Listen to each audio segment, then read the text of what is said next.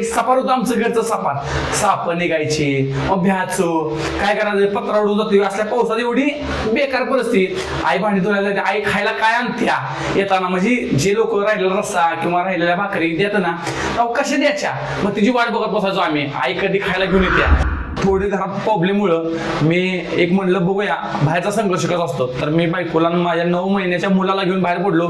तर तळेगाव दाभाडेला माझा ऍक्सिडेंट झाला. मी एका वडापावर 5-5 पाव खात होतो. एवढी बेकार परिस्थिती होती. असं जगू का मरू, बायको तिकडं पोरं तिकडं. म्हणजे मित्रांनो खरोखरच ही ह्या महाराष्ट्रात जर तुम्हाला मोठं व्हायचं असेल ना, खूप कष्ट करावं लागणार तुम्हाला. अशी साधा शेती भेटणार, स्टार्टिंगला तुम्हाला लोक हसणार, तुम्हाला शिव्या देणार, तुमचा खाली पाय वाढणार, तुम्हाला कप चहाचा बिन पाजणार नाही.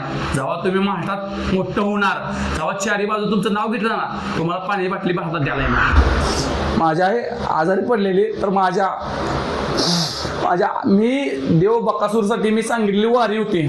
मागच्या वर्षी वारी केलेली. मागच्या वर्षी सांगितले की देव बकासूर तुझी जर ट्रिक झाली पेडगावच्या मैदानात, मी करते सुसगाव बिना चप्पलचं चालत येईल.